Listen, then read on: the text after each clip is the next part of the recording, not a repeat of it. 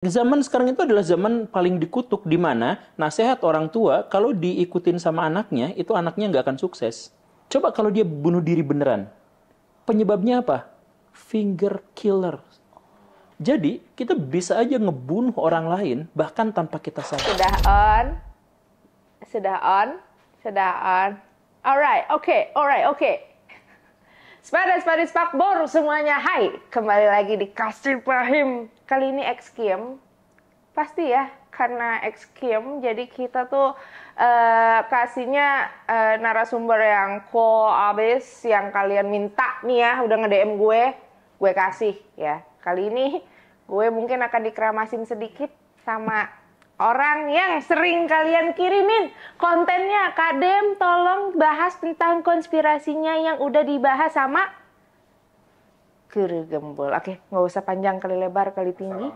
Oh iya. Halo, assalamualaikum Pak Guru. Langsung kayak gitu.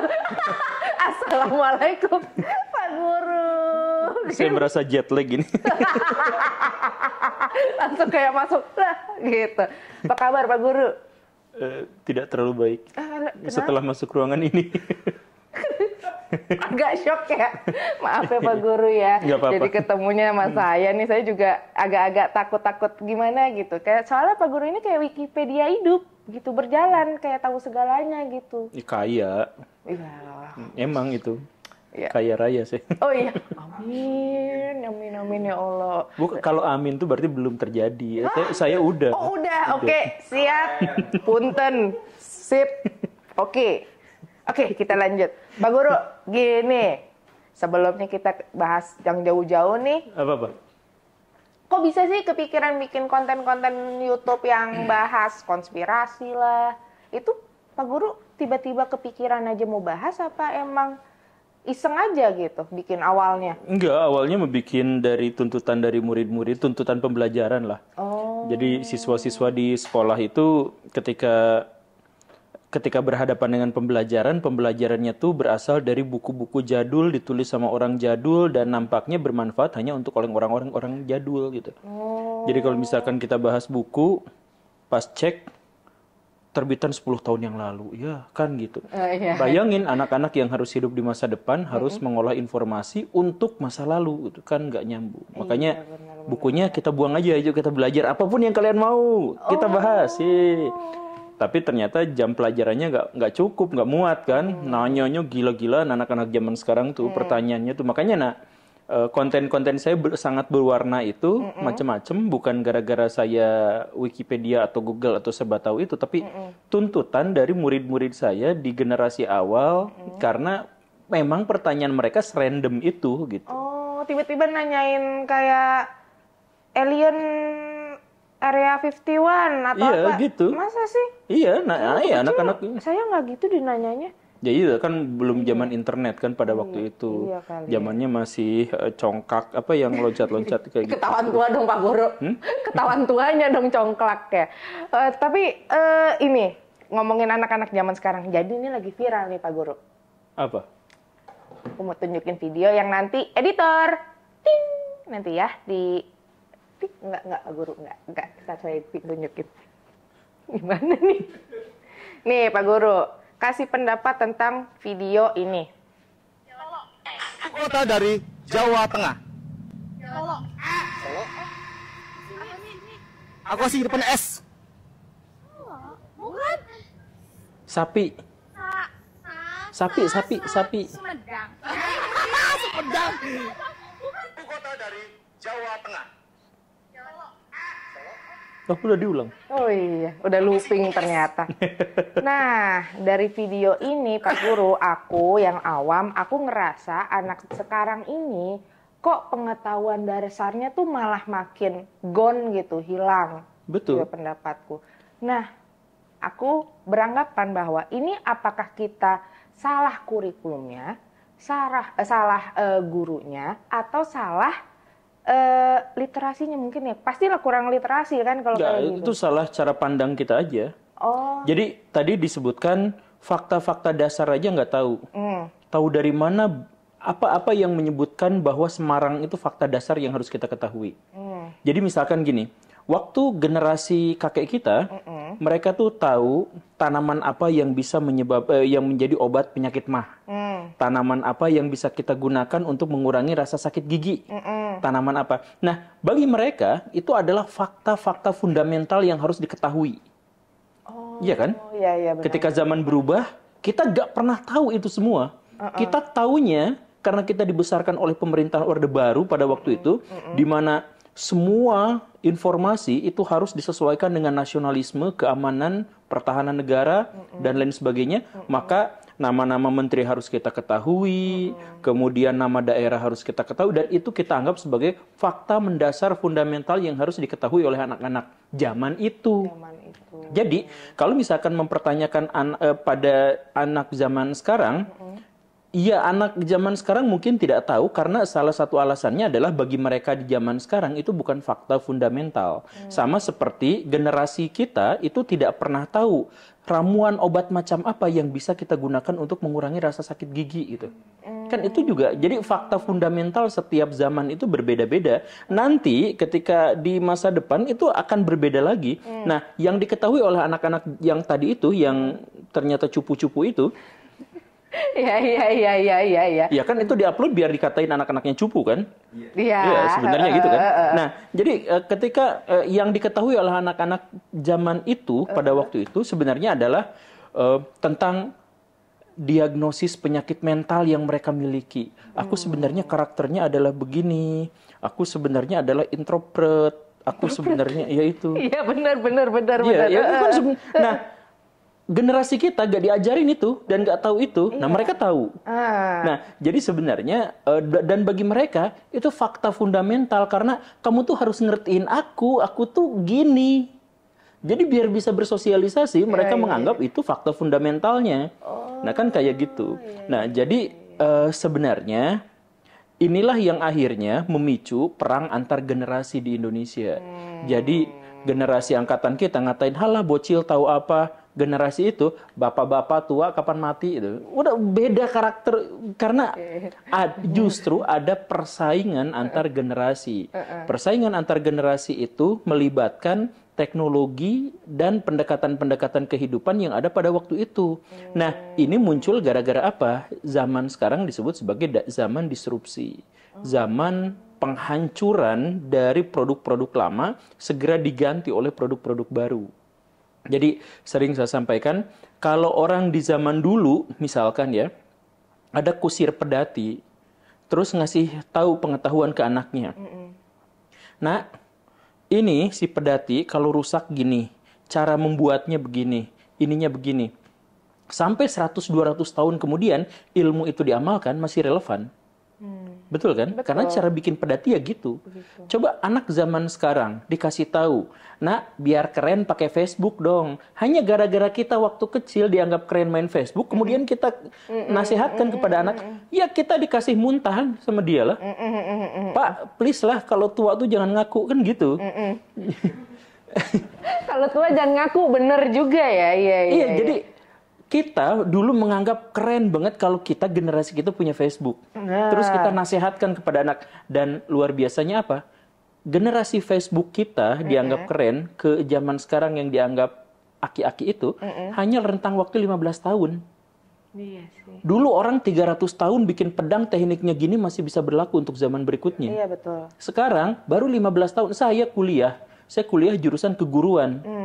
5 tahun belajar tentang administrasi mengajar gini. Lulus kuliah, kurikulum ganti, gak ada yang kepake. 5 tahun. Nah, jadi cara kita menghakimi generasi selanjutnya itu justru sebenarnya adalah bumerang. Dan menyebabkan perang antar generasi menjadi semakin terjadi. Fakta bahwa anak-anak itu tidak tahu tentang sesuatu yang penting untuk negara, itu oke. Fakta bahwa anak-anak itu tidak terdidik dengan baik di ruang kelasnya, itu juga oke. Tapi menjadikan mereka sebagai bahan bulian gara-gara pengetahuan dan orientasi yang berbeda dengan kita, itu harus kita pikirkan bersama. Wah, itu dia yang gue nggak pernah pikirin tiba-tiba masuk ya. Nah, nggak pernah kepikiran? Nggak pernah. Nah, itulah yang layak diolok-olok. Ya, terima kasih. Saya udah sering kok diolok-olok kok. Oh, gitu. Ya, udah jadi bahan olokan gitu. Tapi ini sebenarnya kalau solusi untuk perang generasi itu sebenarnya sudah ada belum sih? Atau memang sebenarnya paling susah sih menyamakan isi kepala kita kepada orang lain juga. Tapi saran paling general untuk tidak ada perang generasi ini dari Pak Guru apa? Nggak ada. Hah? Nggak ada. Nggak ada. Nggak ada. Kita belum sampai sejauh ini ya. Sampai sejauh ini kita belum menemukan solusinya. Karena di setiap kita menemukan sebuah solusi, masalahnya udah pindah ke tempat lain. Jadi ya itu pergeseran percepatan di zaman sekarang itu terlalu cepat. Kita tuh zaman paling dikutuk. Iya, zaman sekarang itu adalah zaman paling dikutuk, di mana nasihat orang tua kalau diikutin sama anaknya, itu anaknya nggak akan sukses. Karena zamannya berubah, ya kayak tadi itu. Iya benar. Nah, nanti kalau udah gede jadi polisi ya, Bapak siaplah bayar ini 900 juta dari sini, misalkan begitu. Nasihat itu sekarang diketawain netizen, ditipu sama oknum. Misalkan begitu kan, jadi nasihat misalkan ya tadi itu zaman kita yang waktu kecil, weh keren bisa masuk dahsyat RCTI. Coba sekarang ada nggak yang berlomba-lomba masuk ke situ? Kan nggak. Nah jadi zamannya berubah terlalu cepat. Orang di zaman dulu, weh keren punya mobil. Dalam 2-3 tahun ke depan, mobil itu kan polusi, itu bikin global warming. Itu yang dipikirkan oleh anak-anak generasi baru. Jadi kok masih pakai mobil sih? Pakai dong mobil yang ramah lingkungan. Digenjot gitu kan, misalkan. Bukan, yang hybrid, yang dicas. Jadi perubahannya itu benar-benar radikal. Dan misalkan bukan hanya di Indonesia, di seluruh dunia juga seperti itu. Jadi misalkan kemarin saya berdiskusi dengan seorang profesor dalam sebuah seminar itu. Profesor itu misalkan mengkritik sama seperti kurang lebih yang tadi itu. Pak Guru kenapa banyak bahas semua hal gitu? Kan nggak semua bisa didapatkan dengan mudah. Saya bilang sekarang bisa didapatkan dengan sangat mudah di Google. Oh belajar kok dari Google? Ya belajar itu nggak pernah dari Google. Belajar itu dari guru. Google itu mengkoneksikan kita dengan guru-guru di seluruh dunia. Jadi kalau misalkan dulu informasi itu hanya didapatkan dari 1-2 orang guru yang mengajar di depan kelas, sekarang ruang kelasnya dihilangkan. Siswa-siswa belajar dari media sosial yang di sana ada jutaan guru yang bisa dia ngajarin semau dia. Sekarang bukan nyari informasi, tetapi sekarang memverifikasi informasi. Informasi itu nggak usah dicari. Orang kita scroll di beranda aja keluar semua informasi yang kita inginkan. Iya, benar. Bahkan tanpa kita ngetikan kata kunci tertentu, udah semuanya scrolling di situ. Nah, yang paling penting di sini bukan mencari informasi, kita adalah memverifikasi informasi. Jadi studi terhadap kebenaran, bukan mencari informasi. Nah, pada pendekatan itu saja kita tuh udah goyang. Antara Pak Profesor itu di generasinya dengan saya itu sudah sangat berbeda. Nah, coba misalkan saya berpikir, oh solusinya bagaimana ya? Agar kita bisa mencapai ketika solusi itu ditemukan, nanti dalam 2-3 tahun ke depan, itu sudah akan ada AI yang terintegrasi dengan otak manusia misalkan. Iya kan? Atau misalkan sudah ada AI yang berupa chatbox yang demikian lebay sampai bisa mengungguli Google dan semuanya gitu. Ya itu kan, jadi pas kita udah mencapai, kita mencapai kompromi, deal, zamannya udah ganti. Udah berubah. Ini zaman paling rusak. Zaman di mana, sekarang kita buka cafe yuk yang konsepnya kayak gini, ini lagi tren. Tahun depan ganti trennya. Kita udah nggak bisa lagi laku dengan itu. Kita baru ngide sekarang, kalau gagal mengeksekusi di tahun ini juga, kita gagal ke depan. Itu zaman sekarang tuh gitu. Ini apakah tanda-tanda akhir zaman? Ya, iya emang. Tanda akhir zaman tuh kan begitu. Jadi terus? Ya Allah, ya serius? Iya, bagi saya iya, dan saya termasuk orang yang percaya bahwa Dajjal memang sudah datang gitu ya. Tapi jangan khawatir. Dajjal udah datang? Iya, kemarin kan sowan gitu. Ya Allah, amit-amit ya Allah. Ya ampun. Tapi gini, aku jadi spill tipis aja ya, Pak Guru. Aku kan sekarang punya anak nih. Punya ya, bisa. Saya juga bingung. Ya, jadi saya alhamdulillah punya anak gen alpha bilangnya. Nah, untuk para milenial parents ini sebenarnya saran terbaik apa sih untuk mendidik gen alpha ini untuk jadi generasi yang lebih tahan bisa memfilter lebih baik gitu. Saran apa sih yang paling baik? Sarannya adalah masuk ke dunia mereka. Jadi ini agak menjijikan, tapi mari kita ilustrasikan. Kalau misalkan saya pengen mancing ikan dan saya ingin mendapatkan ikan yang besar, saya akan menggunakan umpan yang ikan suka, bukan apa yang saya suka. Walaupun makanan favorit saya batagor, tapi kalau saya mancing ikan, saya terpaksa harus ngasih cacing. Jadi termasuk juga misalkan ketika kita berhadapan dengan anak kita dan kita ingin ngambil perhatian dari mereka, kita ingin masuk ke dunia mereka, kita harus masuk ke dunia bahkan ketika kita tidak suka dan jijik pun kita harus masuk di situ untuk bisa berkomunikasi dengan mereka karena mereka hidup di situ, di zaman itu, di area itu, di wilayah itu. Jadi kalau misalkan sekarang kita dengan leluasa mengatakan, nih ya generasi mamah mah kayak gini nggak kayak kamu, itu udah selesai. Itu barrier-nya udah langsung terbentuk.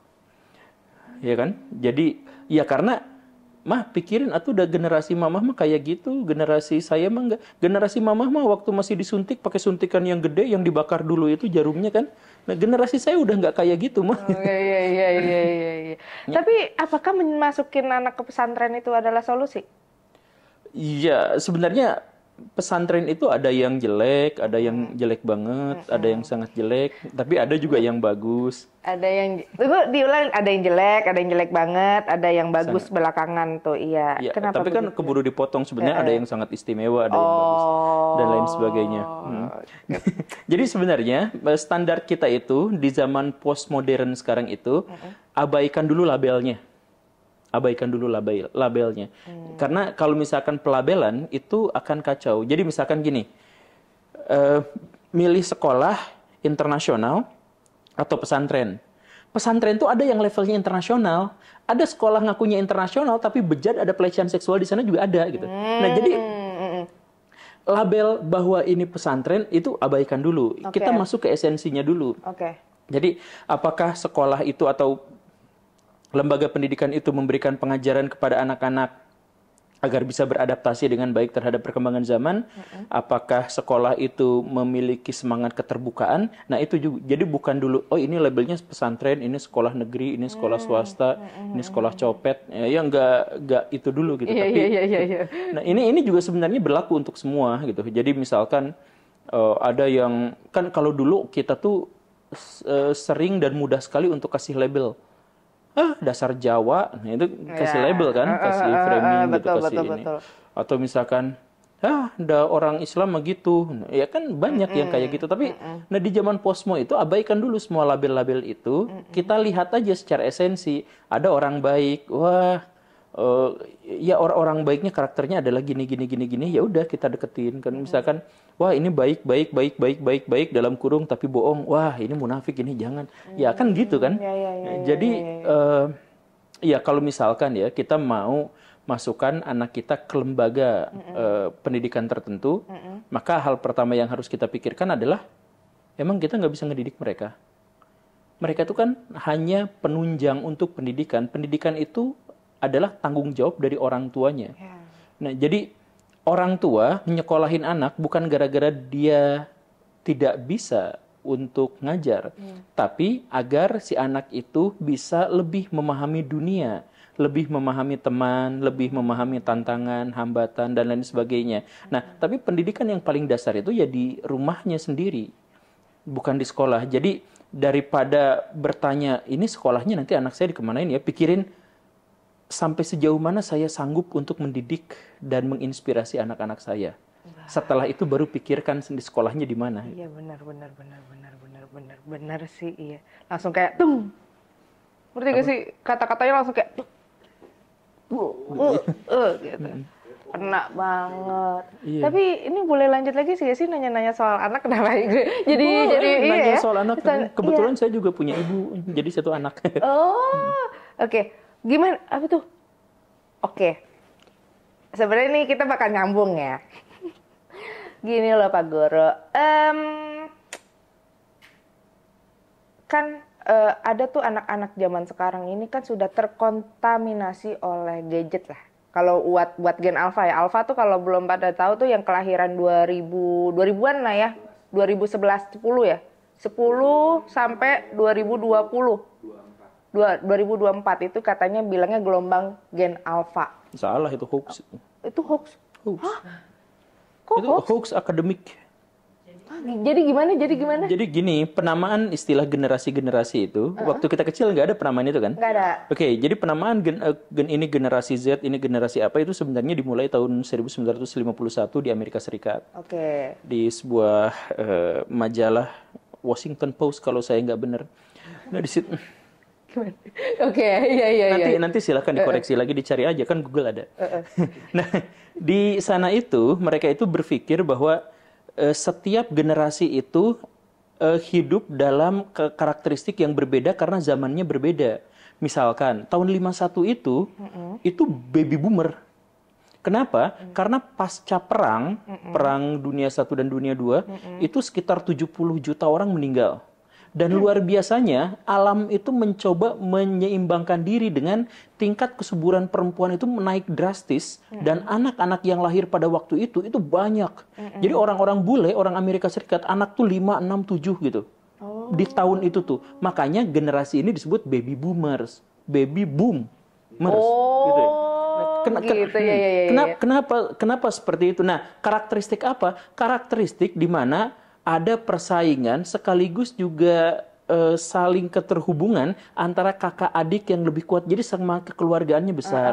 Nah, tapi juga di situ ada perang dingin. Nanti dikasih nama berikutnya. Nah, jadi itu adalah sosiolog-sosiolog Amerika Serikat rapat untuk menentukan karakteristik bangsanya seperti apa sesuai dengan zamannya. Makanya nanti muncul generasi ini, bukan dihitung berdasarkan kelahiran tahun berapa, tapi pada zaman itu terjadi apa. Gitu. Nah, makanya misalkan ketika ada di Cina misalkan ada di Cina generasi di mana si generasinya itu kejepit secara ekonomi karena dia harus menghidupi anak-anaknya dan menghidupi papa mamahnya yang sudah renta. Dia kebingungan gimana, maka mereka menciptakan generasi sandwich. Nah, Kayak gitu kan, itu di Taiwan gitu kan. Atau misalkan di tempat lain macam-macam. Nah, Indonesia tuh gak ada rapat sosiologi untuk menentukan ini generasi apa enggak. Dan akhirnya mereka tuh ngikutin. Oh, Amerika Serikat lagi zaman apa? Zaman alpha. Oh, kita ikutin gitu. Makanya karakteristik generasi Z misalkan di Indonesia dengan di Amerika Serikat sangat lain. Kita ngikutin istilahnya, tapi karakteristiknya lain. Misalkan Gen Z di Amerika Serikat itu sangat terbuka terhadap perbedaan dan variasi seksual. Kita tutup mati. Bukan tutup mata lagi, tutup mati. Iya, benar. tutup mati gini. Jadi kalau misalkan ada cowok boti, misalkan, wah itu dihujatnya 2 hari 2 malam gitu. Iya benar lagi ya, betul. Itu Gen Z di Indonesia. Gen Z di Amerika Serikat justru sangat terbuka terhadap itu. Iya, betul. Jadi itu si temennya Mr. Beast itu, ya di tahun pertama dia masih cowok, tahun berikutnya dia setengah cewek, dan sekarang dia udah benar-benar mengidentifikasi cewek sehingga dia masuk kasus kriminal apa segala rupa yang kayak gitu kan. Ya itu Gen Z di Amerika Serikat, di Indonesia kan nggak gitu. Nah makanya penamaan Gen Alpha, Gen apa dan sebagainya, itu sebenarnya bukan salah kan kita ngikutin mereka gitu. Cuman kita salah nyontek gitu. Salah nyontek doang gitu. Jadi jawabannya bener, cuman karena ternyata pertanyaannya nomor 5, di kita jawabnya nyonteknya yang nomor 6 gitu. Kayak ya semacam itulah. Jadi anak-anak ibu tadi yang disebutnya sebagai gen alpha, ya jadi abaikan dulu berdasarkan tahunnya berapa. Oke. Tapi pikirkan fenomena apa yang terjadi. Misalkan gen yang kemarin itu disebutnya gen Z kan ya. Nah gen Z itu apa? Gen Z itu adalah generasi yang hidup bersama gadget gitu. Gadget. Oke, Nah, berpikir kan saya gadget. Iya, benar. Jadi Iya. Jadi generasi itu adalah generasi yang hidup bersama gadget. Nah, begitu kan? Nah, generasi gadget itu berarti apa? Berarti fokusnya kurang, intelektualitasnya terancam, kemampuan bersosialnya juga tertekan, dan lain sebagainya. Itu Gen Z. Nah, generasi Alpha 2 kali lipat lebih buruk dari itu. Iya, bahkan gini. Pak Guru, jadi kan tadi aku bilangnya gen alpha kan. Mereka itu kan ya sekarang labelnya sudah kita hapuskan dulu lah. Tapi anak yang generasi di tahun 2010 sampai 2024 ini mereka tumbuh dari bayi pun udah dikasih tab, iPad, dan itu terjadi juga misalkan sama ibu-ibu banyak-banyak ya di sini. Apakah dari perilaku itu akan tumbuh penyakit sosial baru mungkin yang kayak diseleksia atau jadi ansos, jadi apa? Itu jadi males gak sih gitu?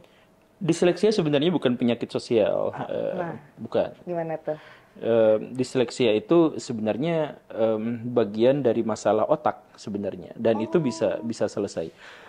Kalau misalkan penyakit sosial, ya banyak juga. Cuman apakah itu akan menghasilkan penyakit? Yes, itu jelas. Nah, yang sekarang berkembang itu diantaranya adalah bahwa penyakit-penyakit sosial yang disebabkan oleh medsos itu banyak yang sampai ada di titik ekstrim. Sekarang itu ada misalkan istilahnya brain roots, Ya, jadi si otaknya jadi rusak.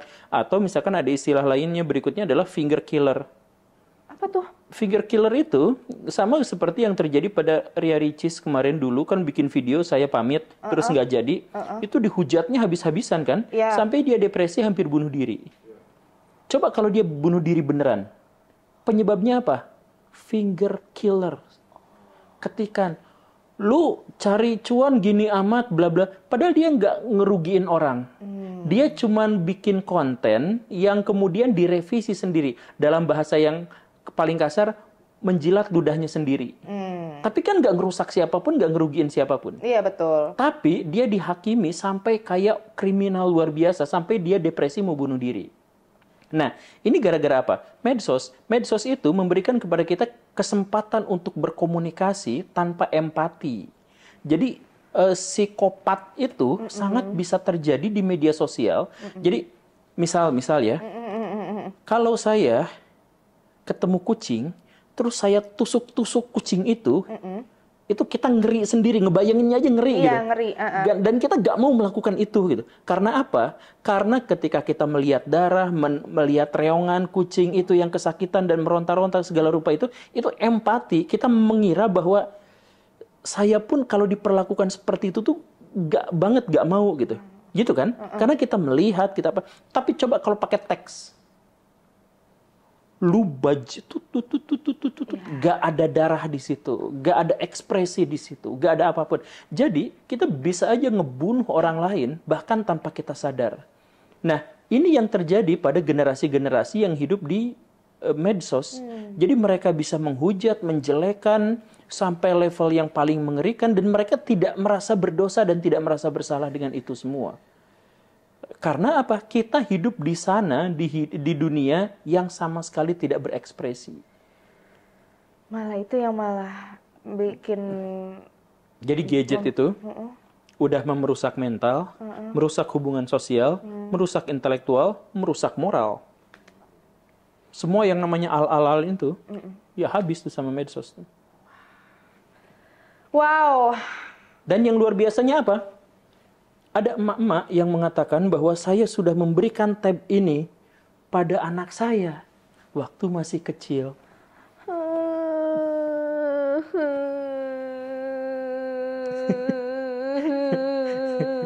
Padahal kita mungkin ya kalau misalkan ada gitu, ya mungkin memang kita ngelihatnya bahwa kita ngasihnya baik kok gitu, tapi itu malah hal yang Ya, karena kita ada dalam kesenjangan generasi yang luar biasa gitu. Jadi hal yang menurut kita baik, kalau misalkan waktu saya kecil SMP dikasih komputer dan internet itu bagus. Orang tua saya tuh dipuji sama tetangga gara-gara saya dikasih komputer pada ketika usia saya itu masih 14 tahun, udah dikasih komputer yang pada waktu itu mewah dan mahal gitu. Nah, tapi kalau misalkan, ini di zaman sekarang dikasih tab, dikasih komputer, nepok jidat, aduh please lah jangan gitu. Kan begitu. Nah itu, jadi ini saya mohon maaf ya secara pribadi. Jadi maksudnya si emak-emak yang tadi itu tuh, ya sebenarnya bukan berniat buruk, tetapi dia hidup di zaman yang berbeda. ketika dia hidup di zaman yang seperti yang kita jelaskan di awal itu. Kita hidup di satu zaman, kemudian kita memberikan nasihat kepada zaman berikutnya, itu bisa aja justru malah merusak, malah mengacaukan. Dan zaman sekarang, semakin lama tuh semakin cepat, frekuensinya semakin rapat untuk berganti, untuk berpindah itu. Iya. Dulu Google bertahan lama, goncang sama ChatGPT. Iya benar. ChatGPT-nya baru berapa lama muncul DeepSeek, goncang lagi gitu ya. Muncul Gemini gitu Iya, ya. jadi misalkan dari Google ke ChatGPT itu berapa puluh tahun? Dari sini ke ini makin pendek, dari ChatGPT ke Gemini dan DeepSeek itu.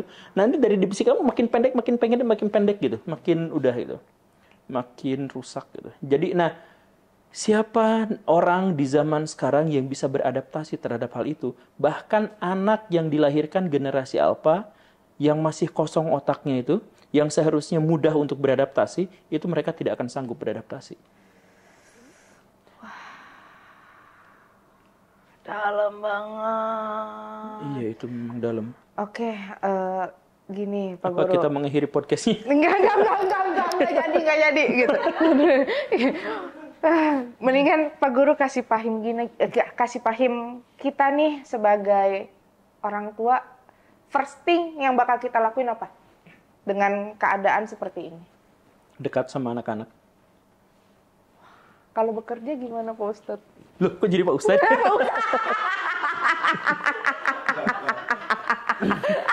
Refleks langsung Pak Ustadz, Pak Guru.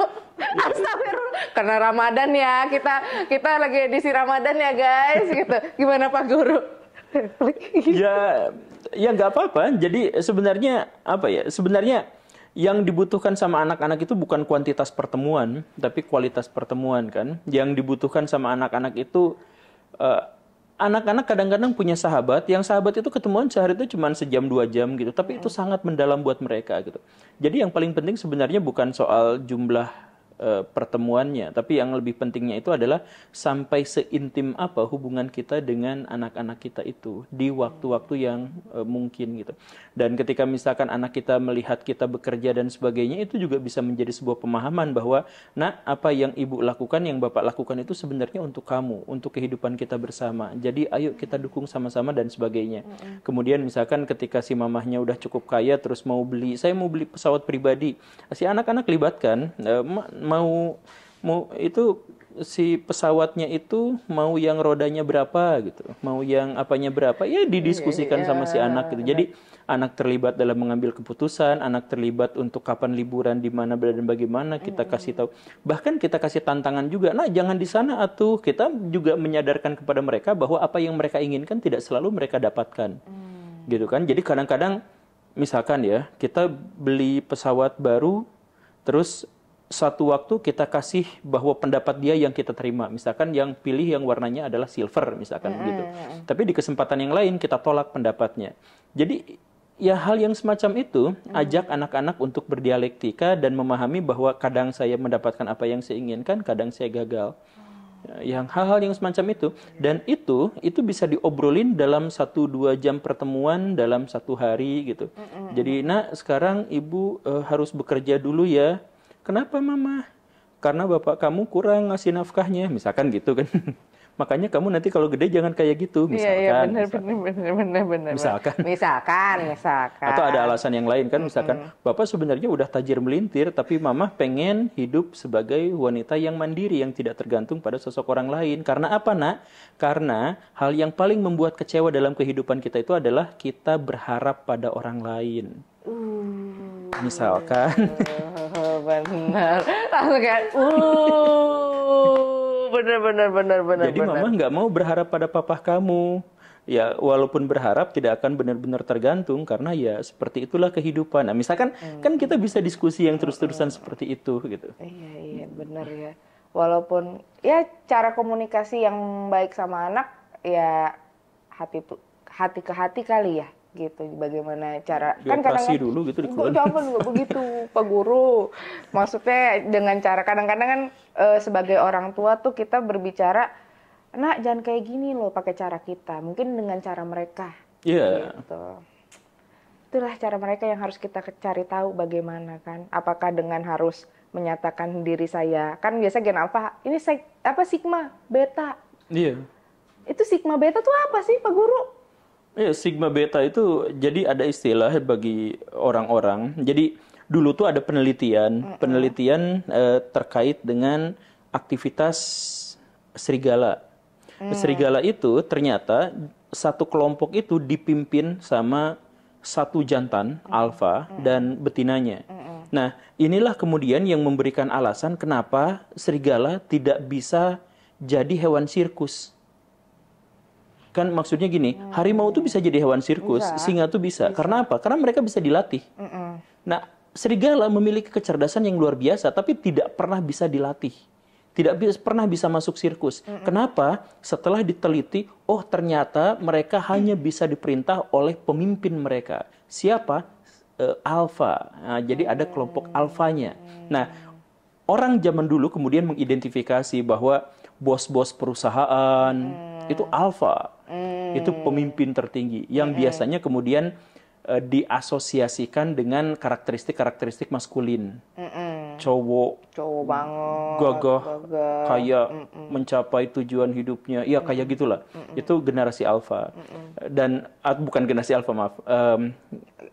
Sebutannya orang alfa gitu ya, orang gitu. alfa gitu ya, orang alfa. Nah, penelitian itu sebenarnya rusak. Karena apa? Karena penelitian itu dilakukan di kebun binatang. Nah, di alam liar ternyata karakteristiknya tidak seperti itu dan tidak ada jantan alfa.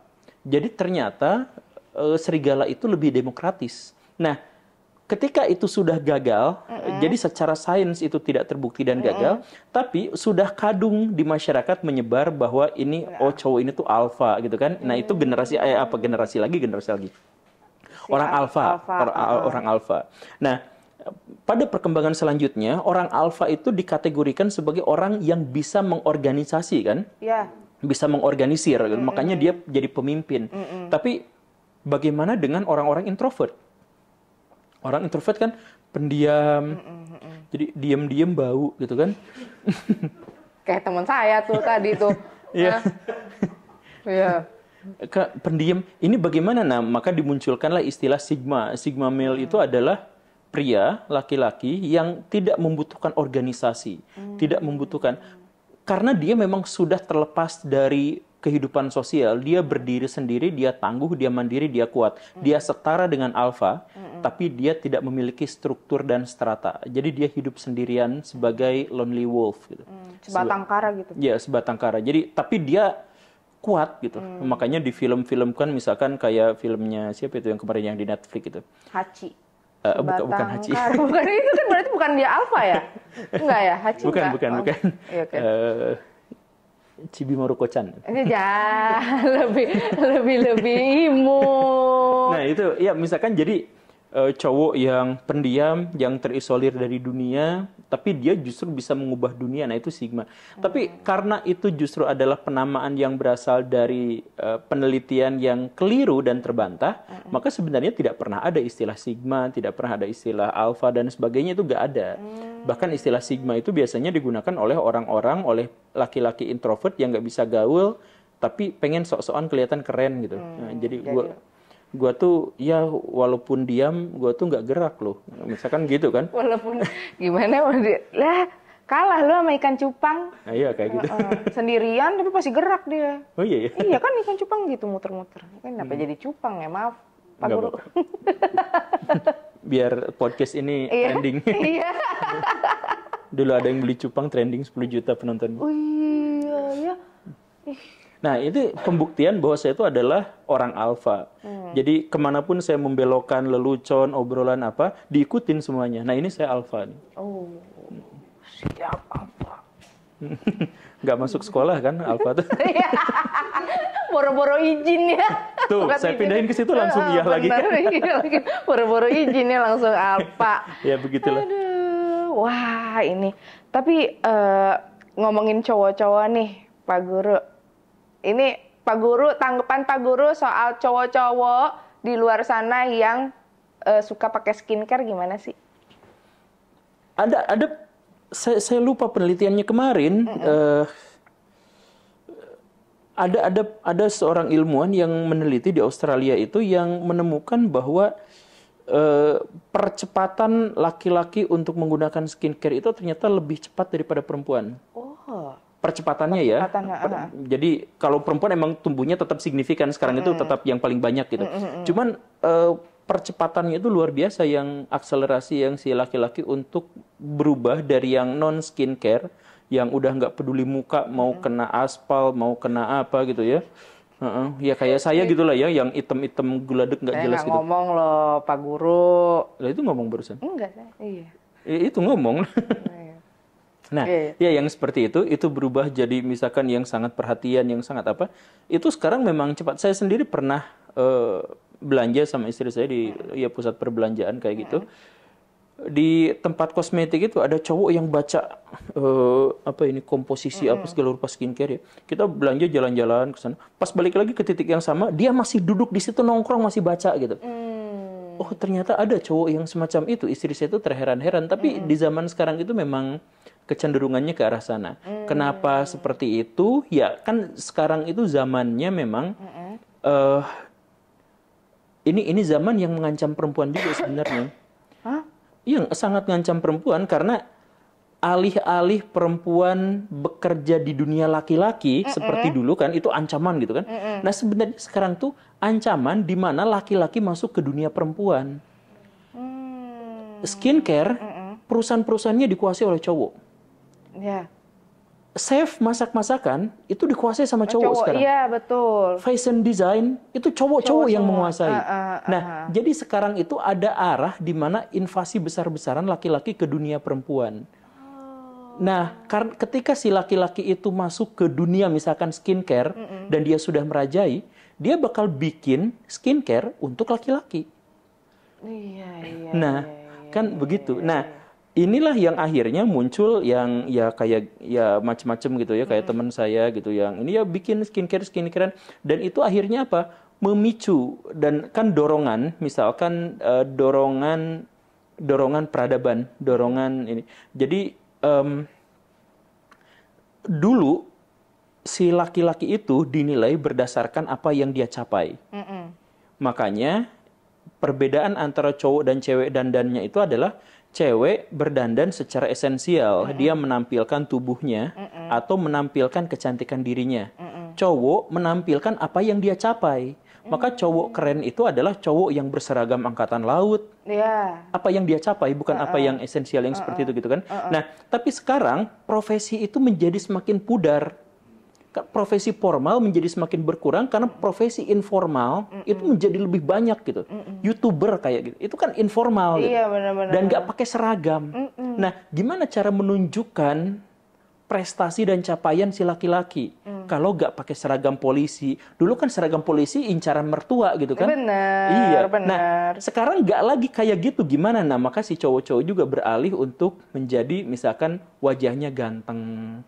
Lebih ini, apalagi sekarang banyak cewek-cewek juga yang lebih mengekspresikan rasa sukanya. Misalkan, gue seneng sama cowok yang wangi gitu. Itu kan banyak kan yang kayak gitu. Nah itu kan industri parfum tuh langsung kena tuh, langsung naik gitu semuanya. Parfumnya buat cowok apa segala rupa buat cowok. Kayak gitulah semacam.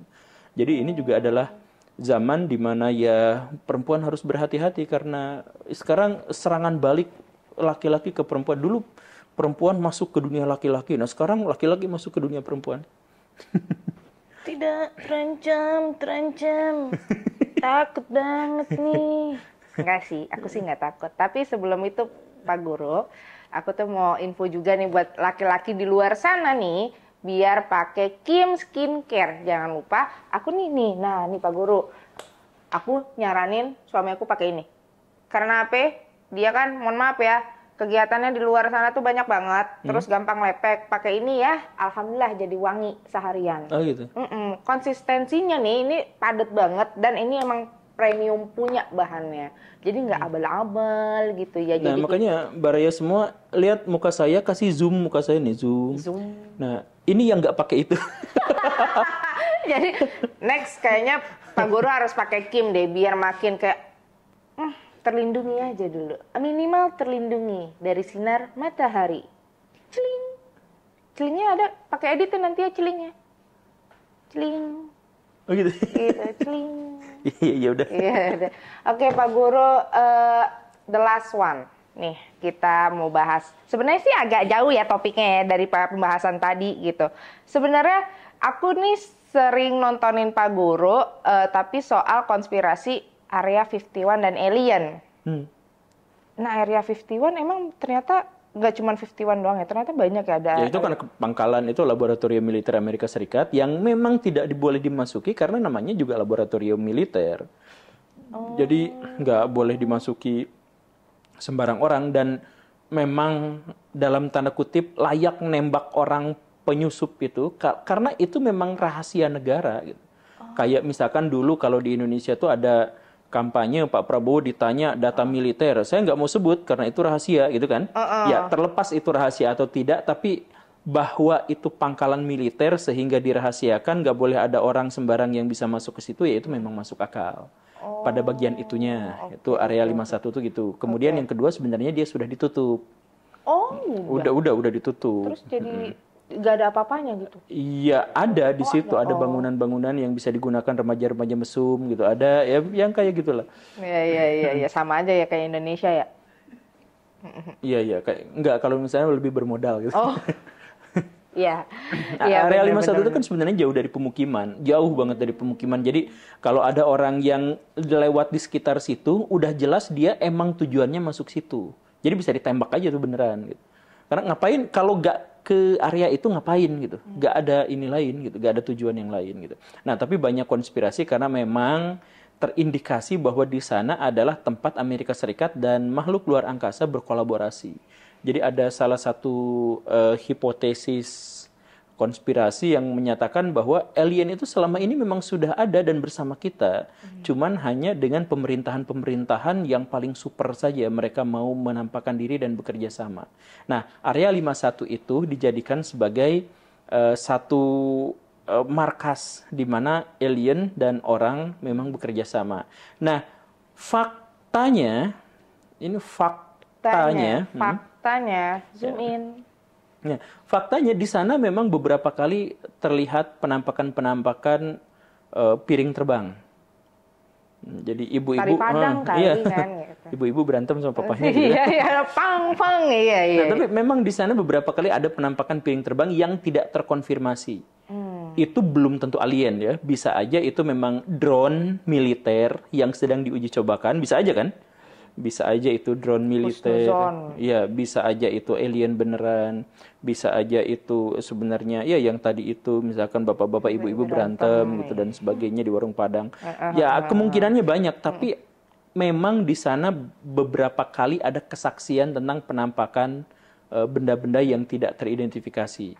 Dan itu juga disebutkan, jadi pihak Amerika Serikat baik militer maupun sipilnya juga mengakui ada penampakan-penampakan benda terbang yang kita sebut sebagai UFO di sekitaran situ yang mereka sendiri juga belum tahu itu apa. Mereka nggak bilang itu alien. Makanya saya dengan yakin mengatakan tahun 2025 akan diperkenalkan alien itu secara publik. Iya. Ya saya bilang ini kan 2025 nih.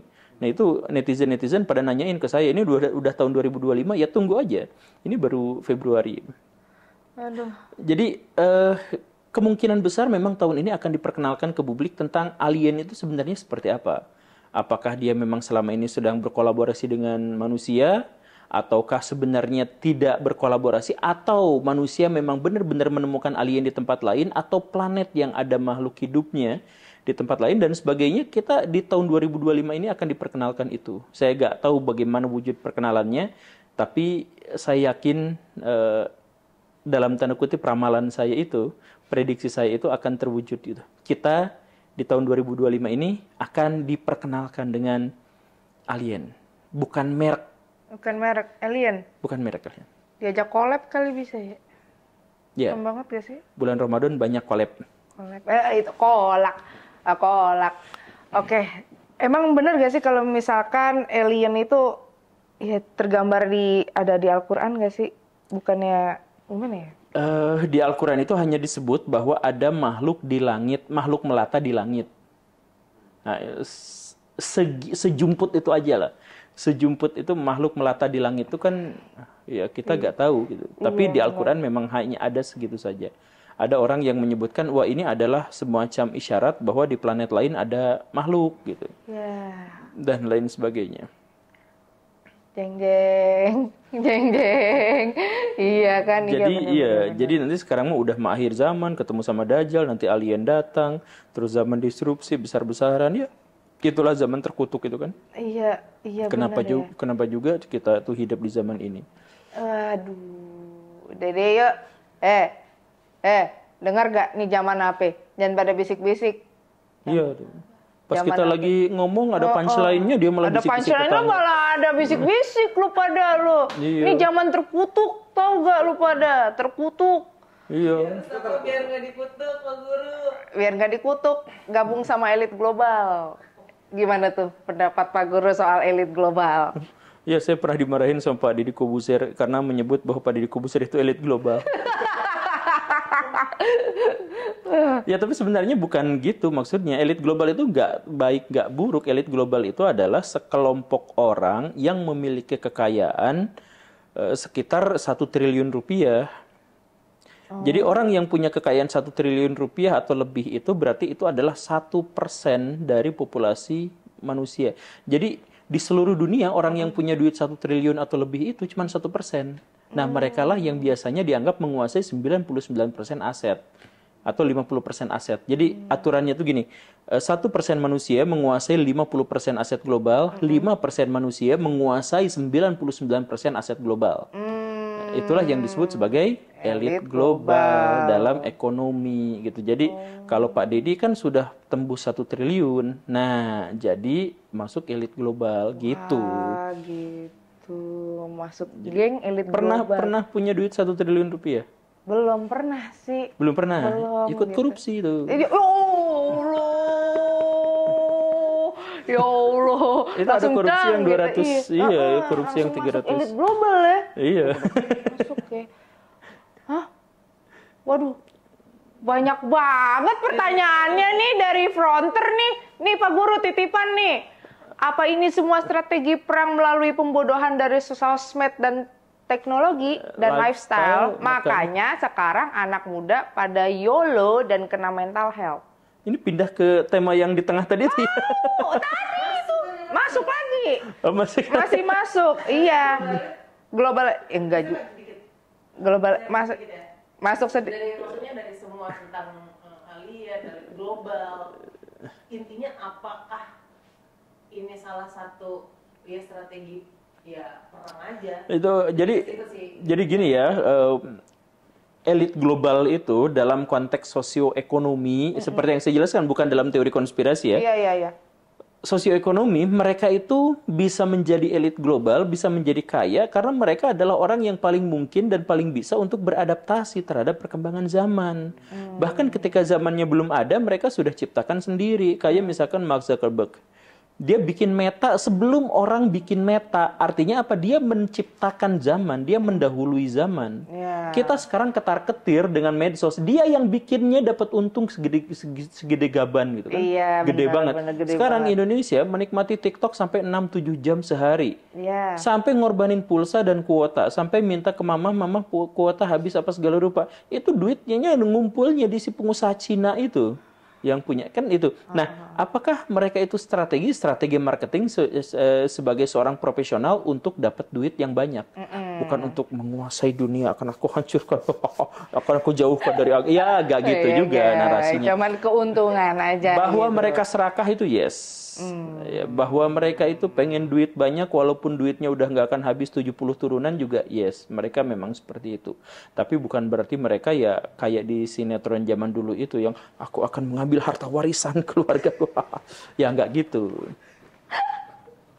Astagfirullah, kayak film Indosiar ya kayak gitu ya. Ya iya, jadi iya kan kita itu memahami elit global, memahami musuh, itu kan kayak gitu pola pikirnya. Mereka jahat, ingin menghancurkan, ingin menjauhkan umat muslim dari agamanya, ya kan gitu. Sebenarnya enggak, mereka tuh butuh duitnya gitu aja. Simple. Sebenarnya basicnya kayak kita, butuh duit. Iya, cuman mereka itu serakah, duitnya udah banyak, dipakai juga nggak akan habis gitu. Gitu, Coba betul. kalau misalkan kita lihat si Elon Musk tuh duitnya berapa? Sekitar 6 triliun. 6.000 triliun. 6.000 triliun itu kalau misalkan dibeliin Lamborghini 1.000 juga nggak sampai ke 0,001% itu nggak akan habis duitnya. Kan gitu. Tapi dia tetap aja sampai sekarang mesti nyari duit gitu. Coba dia pensiun sekarang gitu. Menikmati hidupnya. Ya udah selesai sebenarnya bisa aja. Tapi kan dia nggak mau. Nggak mau, malah buat Starlink. Iya, malah bikin yang aneh-aneh gitu. Kemudian ngajak orang yuk masuk ke sini. Jadi sekarang IndiHome kebingungan kan di Indonesia Iya, kan. Ya benar. kayak gitu. Ya, Bener ya Starlink. Iya tuh, jadi promo. Cepet tuh. iya. Iya. Tapi maksudnya kan kita Starbucks keliling. Iya, Starbucks keliling betul. Oke nih, akhirnya ya kasih paham kita what to do ke depannya dengan segala macam konspirasi yang ada. Jangan dengarkan orang lain ngoceh seenaknya, tapi mulai menelaah dan memverifikasi setiap informasi yang kita dapatkan. Jadi selama ini ngedengerin saya ngomong tuh, oke, anggaplah itu menikmati, anggaplah itu mencerahkan, tapi stop di situ. Coba cari informasi yang lain yang bisa dibandingkan, barulah kemudian kita bisa mengaku bahwa kita itu mendapatkan informasi. Jadi semuanya itu kudu filternya ada di diri kita sendiri gitu. Iya. Carilah informasi yang gak cuma di satu tempat aja tapi di tempat-tempat yang lain, bukan untuk cari validasi tapi bagaimana mengfilter apa sih yang baik untuk diri kita dulu baru untuk orang lain. Begitu ya kalian. Iya. Baik tuh gua ngomong. Cakep lu. Oke, Pak Guru, makasih banyak ya. Sama-sama. Udah kayak udah capek banget nih gue lihat lo nih. Makasih ya Pak Guru Iya, sama-sama. sudah mau ngobrol di Kasih Pahim. Jadi buat kalian guys jangan lupa di like, comment, and subscribe.